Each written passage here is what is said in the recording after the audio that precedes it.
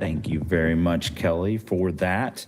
And then next item up, we do have approval of the minutes. We were all sent a copy of the December minutes as well as the March minutes. If we want to do a single motion, we would just have anyone that wasn't at the December meeting abstain. But we can either do that together or separate, whichever you guys prefer. Yeah, that's fine. I make a motion that we approve both sets of minutes, December and March. Got a motion to approve. Do we have a second? Second. We've got a motion and a second. All those in favor, please signify with an aye. Aye. All those opposed, same sign. That motion does carry. We'll move right along then. We have no old business to come before the board this evening, so we'll move into our new business. First item up is going to be docket 26-11. This is Strategic Capital Partners requesting a primary plat approval at Hickory Junction for Phase 2. Ben, take it away. Good evening, commission members. I will give you a brief overview of this project here, if they can pull the screen up for us. All right, so Hickory Junction 2 is the next phase of development that's east of the field house. My aerial photography is embarrassingly old because it doesn't even show the field house building there yet. You'll just have to believe me, but that's where it sits right there. So Hickory Junction 2 is just to the east of that. There's a couple projects that are in the development and planning phases right now. In fact, we've got a development plan that we're already reviewing for some multifamily that's going on this project. First step, though, is getting the primary plat approved. And again, this is the site here east of the field house. And while it's a little bit difficult to see this, the property in question that I highlighted is right here. And what you see is what we're doing with the primary plat is establishing the rights of way for the Enterprise Boulevard extension, which you see right here, and any easements associated with it. And then also there's a series of public roads that extend north and then back to the west that are part of this site also. So really the purpose of the primary plat is to establish those rights of way and easements associated there, and then also to establish the lots for development. So you've got one lot, this triangle shaped piece here to the north end. The lot where the multifamily is going was actually this lot here. There's a third lot to the east of the public road, and then a fourth lot to the south of Enterprise Boulevard. So really what we look for in terms of the primary plat is compliance with any ordinance associated with ordinance requirements, right-of-way widths, easement widths, lot sizes. So that's in effect what we've done here. I did include all of the technical review comments, primarily related to the infrastructure, construction, and the developments. Most of these technical comments are not necessarily related to that primary plat itself, but just to kind of give you an idea that this is going through a technical review related to the infrastructure development and the multifamily development, so you could just see what's going on there. But then in terms of the planning review associated with the primary plat, I kind of mentioned the things we're looking for. Let me get to the proper page here. My pages are sticking. There we go. So as I mentioned, we look at the UDO standards associated with the lot sizes. So like in the general office, sub-district for the plan, this is actually a PUD. The Hickory Junction 2. So the general office sub-district requirements, there's no minimum lot size or lot width requirements. Front setback is 15 feet, side setback's 10, rear setback is 10. So I've highlighted there on the plat, the smallest lot is 14.4 acres. The smallest lot width is 1,120 acres, and then they're showing 15, 10 on the setbacks. On the residential sub-district, then minimum lot sizes, setbacks, et cetera, again showing that they are meeting those requirements with what they're showing on the plat, at least more so than the minimum. So again, this plat does meet all of the UDO requirements for those rights-of-way widths and the lots and setback requirements of, in this case, the plan unit development ordinance. So with that then, staff recommendation and review of the submitted primary plat, staff finds compliance with the UDO and the Hickory Junction 2 PUD for the subject site, and staff recommends approval of the subject plat contingent on the following condition. And that would be if there are any remaining technical advisory committee comments, that the adequately address those before any individual lot development would move forward. With that, I'd be happy to answer any questions. Thank you, Ben. Any question from the commission? Seeing none, do we have an applicant that cares to speak? I don't know that they are here. I'm not sure actually what they would probably add in this case. Pretty straightforward, so. Yep, absolutely. All right, so then docket 26-11 does have a public hearing component. So I will officially open the public hearing on docket 26-11, which is the primary plat approval Hickory Junction 2. If you have any comments, please feel free to step towards the microphone. Limit your comments to 3 minutes. Seeing no movement towards the microphone for comments, I will close the public hearing. So the public hearing on docket 26-11 was open and closed. If we have any additional comments from the commission, otherwise I would entertain any motions. Make a motion to approve the subject plat contingent on the following condition: that the applicant adequately addresses any remaining City of Lebanon Technical Advisory Committee comments. A motion for approval. Do we have a second? Second. We've got a motion and a second. All those in favor, please signify with an aye. Aye. All those opposed, same sign. That motion does carry unanimous. Thank you very much on that docket. We'll move on to item B under our program. Docket 26-12. This is a voluntary annexation into the City of Lebanon, and Ben has some background for us. So quick, just a review of the process related to annexations. As Mr. Coots mentioned, this is a 100% voluntary annexation, which has specific process requirements. The first of which would be a review by the Plan Commission and a public hearing, and then a recommendation on the zoning to apply to the annexation property. That recommendation is then forwarded on to the council, and then the council would have the first reading of an annexation ordinance and discussion regarding the zoning recommendation from the Plan Commission, and then they will additionally hold a public hearing on the annexation itself. Second reading of the annexation ordinance would happen at the next council meeting after that. And in addition to the consideration of the second reading of the ordinance and the adoption, the council also will evaluate a fiscal plan associated with the annexation order, which is essentially looking at potential revenues associated with the annexation, potential costs associated with the annexation. So that's the quick process for it. And as I mentioned, first step in the process is here at the Plan Commission to evaluate the annexation property and then provide a recommendation on the zoning. So what the commission members would essentially do is look at the newly annexed land based on the comprehensive plan. And then also, if there is any concept plan provided by the applicant, also consider that as part of the process. And then apply a zoning. You could either go, I guess, what we affectionately call the default zoning classification of R1 residential, or some zoning classification that either complies with the comprehensive plan and or more closely complies with the concept plan provided by the applicant. So just a real quick overview on the site. This is the Van Tilburg property. It's on the north side of the community. This is State Road 39 that runs just west of the site, and this is County Road 300 North. So we're just about 1,000 feet north of County Road 300 North on the east side of State Road 39. For those that have been here a while, or at least longer than me, you'll remember that this is the nursery property here that surrounds this property. So the petition was signed by the Van Tilburg family, but the application was submitted by Braun Property. They are proposing a large mixed-use development that would encapsulate the site and then also property around it. I'll show you a concept here in a second. So what they are proposing actually would be a plan unit development application for the entire site, including this property. And so in terms of process then, staff made the determination it would make most sense for this property just to go ahead and come in under the default R1 zoning classification, with the assumption and expectation that it will then be encapsulated into the plan unit development or rezoning ordinance when that comes to Plan Commission and Council at a later date. So again, this is the site, about 3 acres highlighted here in yellow. So what I'll show you here is this is the overall concept plan for your development. So that 3 acre site is a small piece there on State Road 39.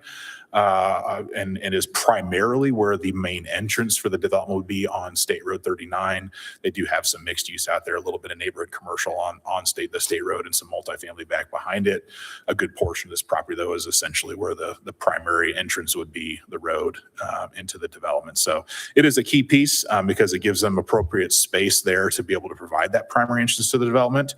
That's the reason why they're looking to get it annexed and part of the overall development. But again, as I mentioned, because it will come in as part of the PUD rezone at a later date, we do recommend that the Plan Commission recommend the residential R1 zoning classification to the Common Council for the proposed annexed territory. With that, I'd be happy to answer any questions. Thank you, Ben. Any questions from the commission?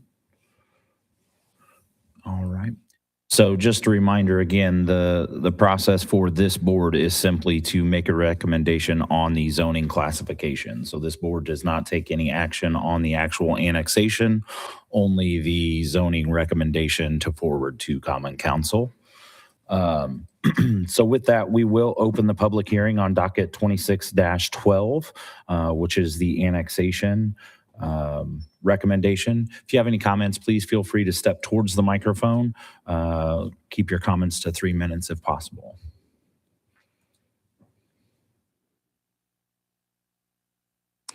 Again, seeing no comments, I will close the public hearing. So the public hearing has officially opened and closed on docket 26-12. Any additional questions, follow-up questions from this commission? So I would entertain a motion. I recommend that the Planning Commission recommend the residential annexed territory. We have a motion to recommend the R1. Do we have a second? Second. We have a motion and a second. All those in favor, please signify with an aye. Aye. All those opposed, same sign. That motion does carry unanimously. Moving on to our third item, and this one is going to be docket 26-17, and this one is an amendment to a fee schedule. Ben, I'm sure you've done just a little bit of work on this. Yes, actually, I would offer that Christy probably did most of the work on this, but I did get it finalized. So let me get everything pulled.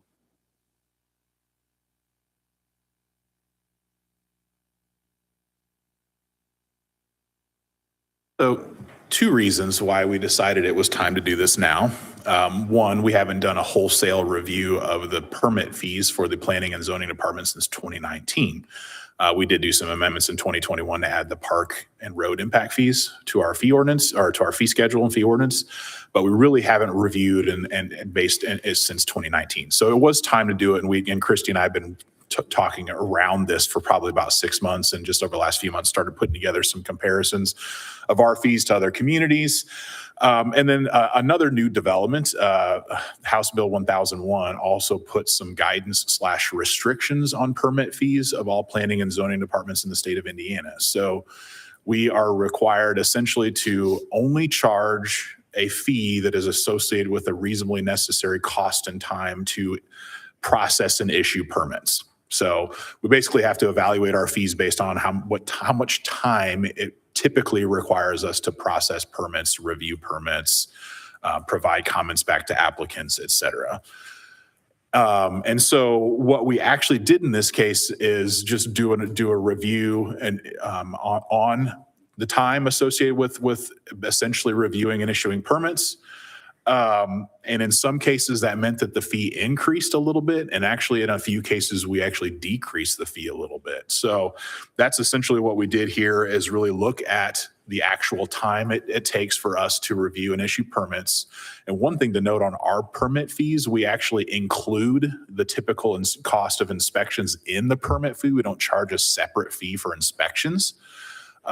We actually, Christy and I debated this back and forth quite a bit over the last couple of months looking at this, finally decided in particular for our very complex industrial construction projects that have 4, 5, 6, 10, 14 buildings under construction that are all different permits.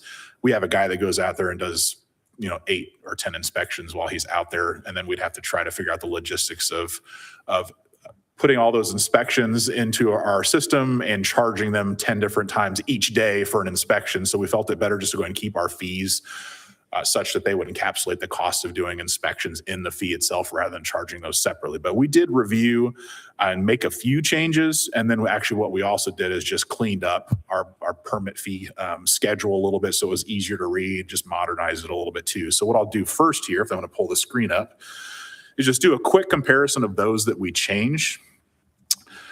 So you see here, the single family detached dwelling. So single family home, our old fee was $250 plus 10 cents per square foot. And when we looked at it, the typical 2,000 square foot home, that means you're charging $450 for a permit fee. When we looked at the time that Jennifer takes to put the permit in the system, to send it out to all the respective people in the department to review it, Christy to review for zoning compliance, building inspector review plans for building code compliance, and then also the typical, I think it's 10 inspections that are done on homes, assuming that they all pass the first time, and look at the time associated with all those. We were really close, I think, to what a typical home cost would be. So really the only change was to go from $250 to $300 for the plus 10 cents per square foot. So we did make a minor adjustment there because that'll get us closer to the $500 that we think we roughly spend in time to process, issue single family permits, plus also do those inspections. On single family attached and multifamily, so this would be like duplexes, townhomes, then up to multifamily. Again, just a really minor change there just to keep it consistent with the other single family permits going from $250 per unit to $300 per unit plus the 10 cents per square foot. On accessory structures, and then we actually added a new permit. Felt like this was something we should be reviewing. So accessory structures, your mini barns, detached garages, et cetera. What we have never had a permit for was above ground decks, and talking about decks that we're going to have footers in the ground that need to be below frost lines, et cetera. There really is some code compliance that you need to be reviewing for decks. We did not have a permit for it. So we weren't doing plan reviews. We weren't doing inspections for those post holes, et cetera, making sure proper railings are on around a deck of a certain height and stairs, et cetera. So in addition to making a few adjustments to accessory structure, we also added above ground decks to that accessory structure permit. So we could make sure we're doing those reviews and compliance for those. So accessory structures, for if you were under 200 square feet, it was a $50 permit. If you were over 200 square feet, it was a $100 permit, just a flat fee. Again, since we're getting such variation in sizes of things, scale is changing a little bit in Lebanon right now. We're getting a lot bigger things. So what we did is, rather than just having a flat fee, we added a 5 cents per square foot fee. So again, if you're looking at the bigger the structure, the more review we have to do, the more inspections sometimes we have to do. So we did want to make sure we had that per square foot charge on there.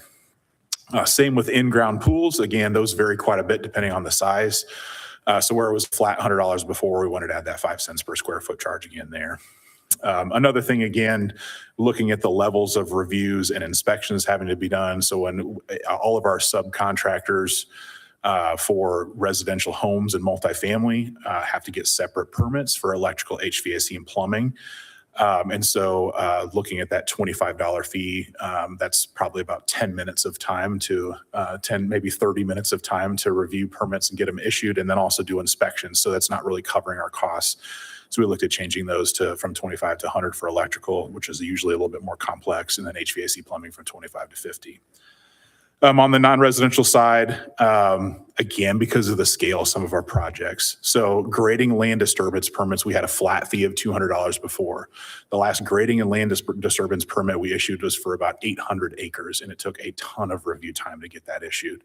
So a $200 flat fee is not even close to covering the time that it's spent to review and issue those permits. So we went from $200 to $250 plus $10 per acre, just again to reflect the larger the project, the more a fee we need to collect.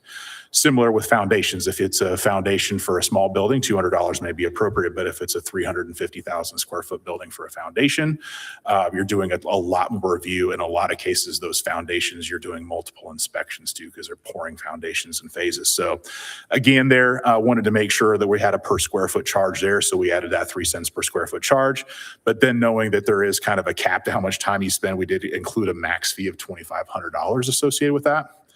And electrical, HVAC, and plumbing, again, very similar thing on the commercial side. When you're doing electrical plan review for a 400, 500,000 square foot building, those are incredibly complex plans, and we were only charging $100 for those permits and inspections.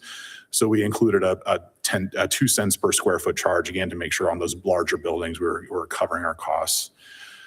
Another thing, we also added re-inspections. We actually did have a re-inspection fee before, but we weren't charging it. So this would be where somebody calls in for a final permit, or any permit for that matter, or not a permit, inspection, and then they fail that inspection. So we have to go back out and do another inspection to make sure that they've corrected everything that caused them to fail. And so our standard permit and the fees we charge doesn't necessarily assume that there will be extra inspections that may happen. So we did want to have a re-inspection fee associated with times that we have failures on inspections. We have to go back out there. So again, this is covering our inspectors' time to go back out to the site. So again, $100. By the time somebody drives out to the site and spends time out there, it wasn't really going to cover it. So we did $150. And another thing we're seeing a lot more of now is temporary job trailers. For those that are familiar with Eli Lilly's site out in the north end of town, they've got about 80 of them. And there's quite a bit of review that goes in those. Some of those actually have to go to the state for construction design release as well, because how complex they are. So we're actually spending quite a bit of time reviewing permits for temporary job trailers. And so we did not have a fee for that before. So we added a $150 fee for temporary job trailers. Other thing we added this last, I guess, when we added or when we made changes to the Unified Development Ordinance in 2024, Plan Commission reviewed those. We did add a short-term rental permit. So like Airbnbs are required to get a permit from our office and make sure that certain information is posted, et cetera. So we required a permit, but we couldn't charge a fee for it because there wasn't anything in our fee schedule for that. So now we have a $50 charge for a short-term rental permit. And where it gets a little bit more interesting here is on some of our zoning applications, which some come to the Plan Commission, some come to the Board of Zoning Appeals. We've been doing quite a number of annexations over the last 4 or 5 years, but we did not have a fee for a petition for annexation. And we do spend quite a bit of time on some of these petitions for annexation. And then we also have to do a fiscal plan, which our consultant, who I'm happy does those because there is some technical information that has to go into those. They do charge us a fee for that. So while $750 won't cover the typical fiscal plan preparation, it does offset some of that cost. And I think it's a fair fee to charge for an annexation petition, knowing we do spend some time reviewing these and also have to pay for a fiscal plan. PUD rezone and ordinance is another one of those where there's a lot of technical review that goes into those ordinance documents, making sure that the standards that they're applying are appropriate. And so we had just charged a $300 flat fee before and really wasn't covering our time associated with processing and reviewing those. So we increased that to $600. Secondary plat is one of those where we probably had too high of a fee. So you'll see we went from $25 per acre down to $15 per acre because there's primary plats we're spending a little bit more time. Secondary plats is usually just confirmation that it's meets the primary plat that had already been approved. So we did lower that secondary plat application fee. And then the vacation of right-of-way was one also I felt like we were charging more than the time we were spending on those. So we went from $850 down to $300. And a lot of that's due to the fact that we do ask that they have a surveyor provide a legal description for the vacations of the right-of-way. So there is additional costs to the applicant to do these that we're not bearing that cost. So that's why we reduced the vacation request fee from $850 to $300. So that's a quick, well, not so quick review of some of the changes we're making. And then just to get an idea, this is the new fee schedule. Again, modernized the look and feel of it, made it a little bit easier to read, made it a little bit easier for us to change them in the future. And this does have all the fees in there, but now obviously the only ones that change are the ones I just reviewed with you. But again, just trying to get it a little bit cleaner, a little bit easier to read, a little bit easier for us to maintain in the future. So with that, I'd be happy to answer your questions. And again, this is a multi-step process. Plan Commission reviews these and provides a recommendation to council. This is adopted via ordinance by council. And so this would be, again, a recommendation forwarded to the council. And again, staff recommends that the Plan Commission send a favorable recommendation to the Common Council for the permit fee amendments. With that, I'd be happy to answer questions. Thank you, Ben. Any question for Ben from the commission? All right.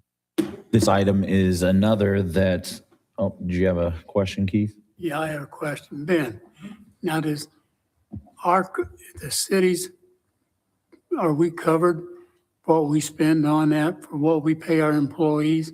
Yes, that's I want to make sure we're covered on that. That's essentially what we did, is really look at the average amount of time we spend on these applications to make sure that these fees cover our costs associated with those and not more, because that's essentially what the, I don't want to see we're not getting all the fees that we should have.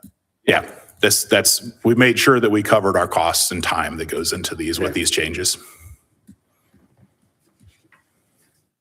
Any additional questions? All right, so this item is another that does have a public hearing component, so I will officially open the public hearing on docket 26-17. Please feel free to step to the microphone, limit your comments to 3 minutes if possible.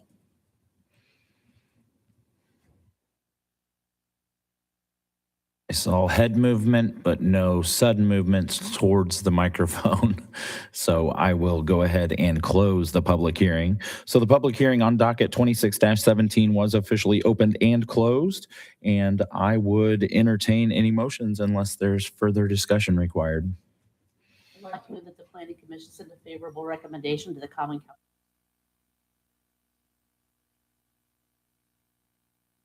Got a motion for favorable recommendation. Do we have a second? Second. We have a motion and a second. All those in favor, please signify with an aye. Aye. All those opposed, same sign. That motion does carry unanimously. And our last docket item of the evening is 26-18. Not all that different, but Ben, go ahead and give us some info. All right, the final item is another fee that we actually collect in the planning department. It is our park impact fee.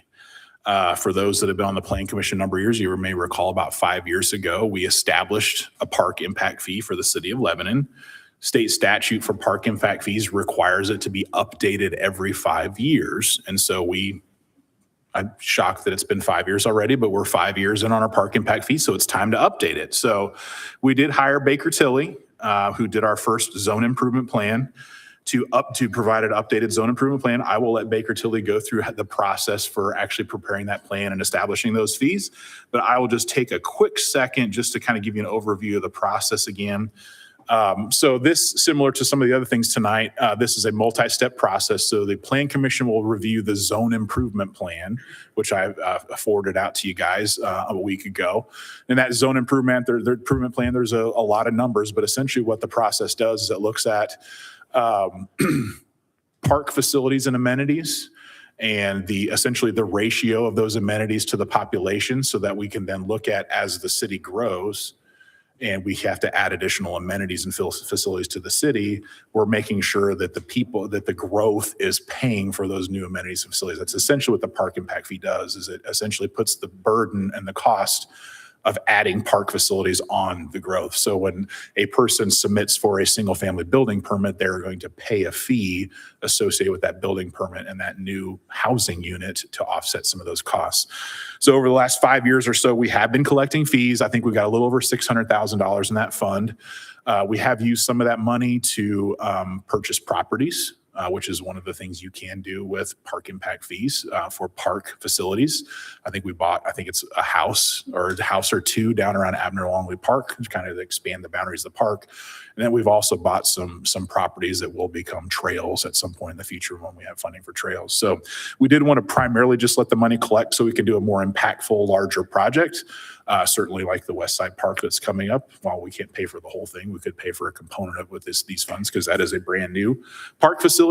We cannot pay for operations or maintenance and repair or replacement of existing. This is all based on new facilities, amenities that are adding capacity to the system. So process again, and Plan Commission that reviews and provides a recommendation on the zone improvement plan, forwards that to the council. The council does then have two things. They adopt the zone improvement plan as an amendment to the comprehensive plan via a resolution. And then also there's a park impact fee ordinance that they would review and adopt also. So there's two components that they would do. What the Plan Commission does is it reviews that zone improvement plan and provides a recommendation on that to the council for adoption as an amendment to the comprehensive plan. So again, multi-step process. First step is tonight to look at the zone improvement plan. With that, then I'll turn it over to Sam from Baker Tilly, and he'll walk you through the process. Thanks, Ben. Commission members. Again, my name is Sam Schrader. I'm with Baker Tilly. Ben stole a lot of my thunder there, so I'm going to maybe go high level on, what the impact fee serves for Lebanon specifically. But, along the way, if you have any questions, please let me know. But we've been working with, alongside Ben, John, and the remaining members of the Impact Fee Advisory Committee for the past several months, and are happy to, bring the fee to this point. So park impact fees are utilized throughout the state, along with other impact fees, for communities to help support new development. It's important to note that this new fee will only be charged to new residential units. And ultimately, the purpose of the park impact fee is to provide an additional resource to the park department to facilitate new capital projects and support additional growth in the community from a population and housing standpoint. Once the revenues are captured, like Ben alluded to, they can only be spent on new park amenities, capital expenditures. And so that excludes any maintenance expenses, operational expenditures, anything of that sort.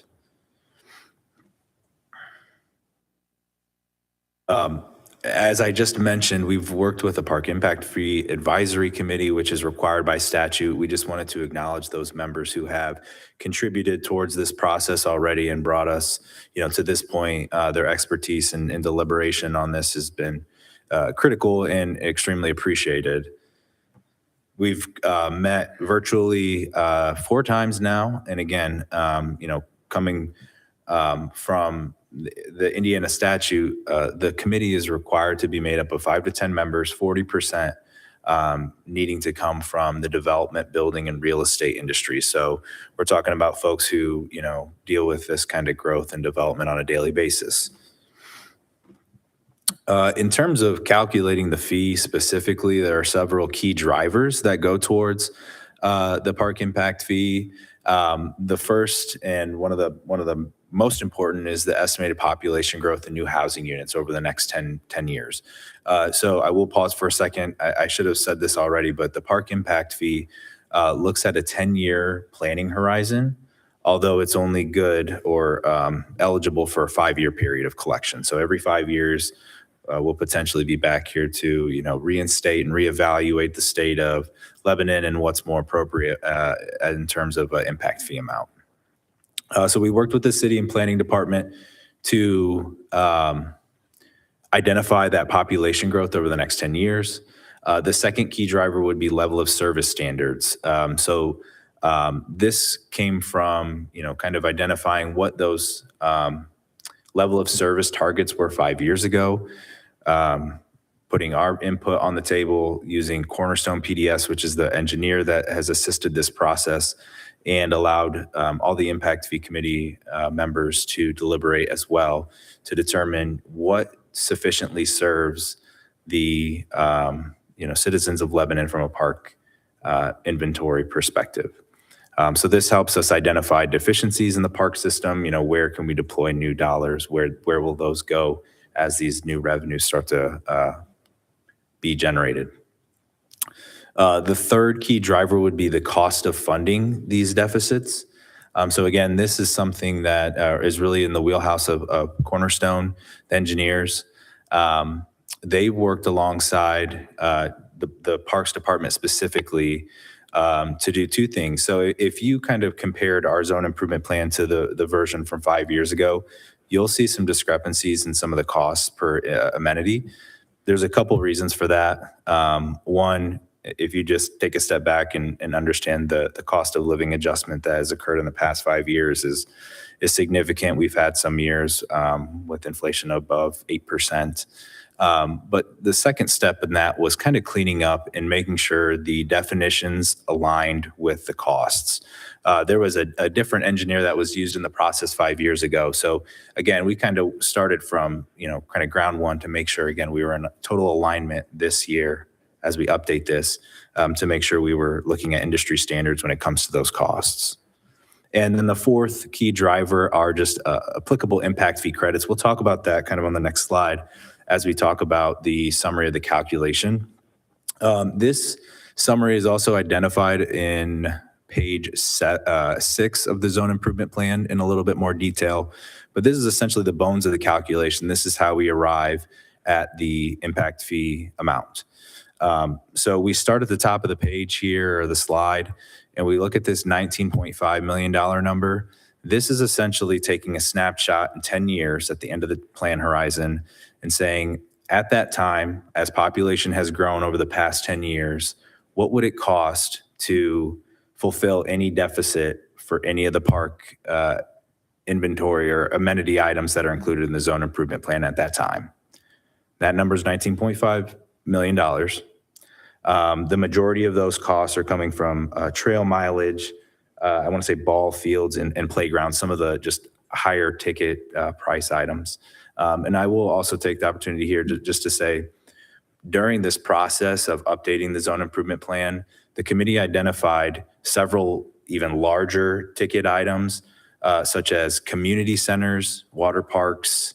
There's something that I'm forgetting as well, but just knowing that park impact fees aren't the best way to fund some of these deficits down the road. So we completely siloed those. We're including them in some of the documents from a planning perspective, and just so you can see where those deficits still lay as we currently stand. But they are completely excluded from the cost associated with this calculation, which helps us arrive at a much more reasonable number. Credits here, like I alluded to on the prior slide, these credits are included to essentially make sure that new population, new citizens are not overpaying, so to speak, and are only paying their fair share. So we realize that there's other financing methods that will be available to the parks system in the next 5 and 10 years. Some of those would be non-local revenues, such as donations. Historically, there have been donations to trails in the past, and we are assuming over the next 10 years that 50% of the existing deficit for trail mileage will also be facilitated by donations. So that makes up the majority of this $5.6 million credit number. Other credits going towards that figure include contributions to property taxes for the existing park budget, and there's a couple small park bonds outstanding that are payable from property taxes that current citizens are contributing towards. So again, allowing for that as well. And once we consider those credits, we get to a net cost number. That's our $13.9 million figure here. That is then divided by the equivalent housing units over the next 10-year plan horizon, which helps us arrive then at the per unit fee of $2,423. Now, we've also included a multifamily adjustment, which is something you all, or I should say Lebanon, considered 5 years ago when we implemented the park impact fee. Essentially, the purpose for that is understanding that the population of a multifamily housing unit is less than a single-family housing unit. So we use census data to determine that the population in Lebanon of a multifamily unit is about 77% of a single-family unit. So the needs to fulfill, those additional park, deficits that are generated from, new units are smaller. And so what you're going to see here is the multifamily adjustment is 77% of the single-family unit. Now, another thing we considered as a committee was this is potentially a large jump in terms of a park impact fee. How can we soften that impact, for lack of a better term? And so where we have arrived and what we're proposing is a 3-year phase-in plan where in year 1, and I guess I should start with this, your current impact fee amount is $1,283. So we're proposing just a small increase in year 1 to just over $1,400. That'll step up then to $1,900 for single family units in year 2 until year 3 through 5 will then hit that kind of maximum allowable park impact fee of $2,423. And for context, we wanted to kind of provide, what your neighbors are charging in park impact fees. It's often a question we receive. So you can kind of see as it currently stands, you're down there kind of on the lower end of the totem pole. at that 286, I apologize, I said 83, $1,286 that you're currently charging. And we've identified here where you will kind of fit in upon the full implementation of the phase-in process in year 3 and 5. You'll kind of fit in right here between Zionsville and Plainfield. A lot of what determines this, you know, kind of where you sit on this comparison is how far along you are in your 5-year period that your park impact fee is eligible. So for example, like I said, you'll be right above Zionsville. Zionsville's about to, you know, redo this process as well. So in a year from now, that may be looking differently. So again, just wanted to mention that and provide some context for where Lebanon currently sits.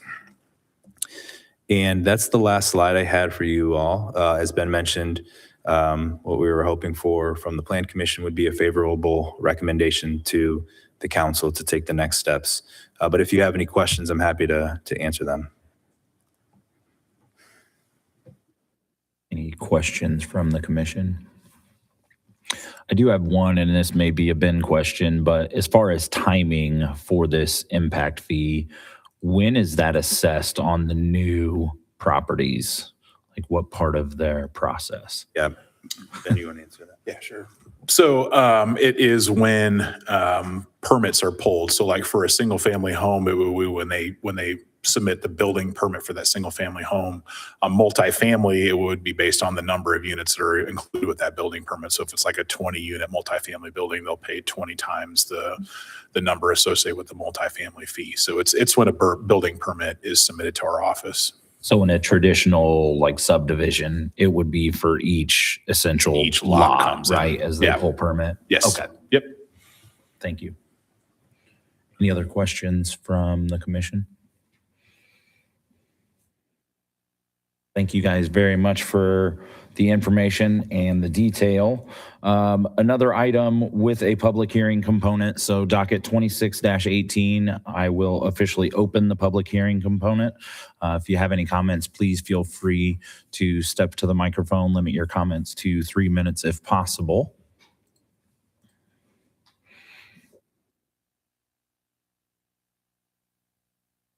Believe that is a long enough dramatic pause. I see no movement to the microphone, so I will close the public hearing.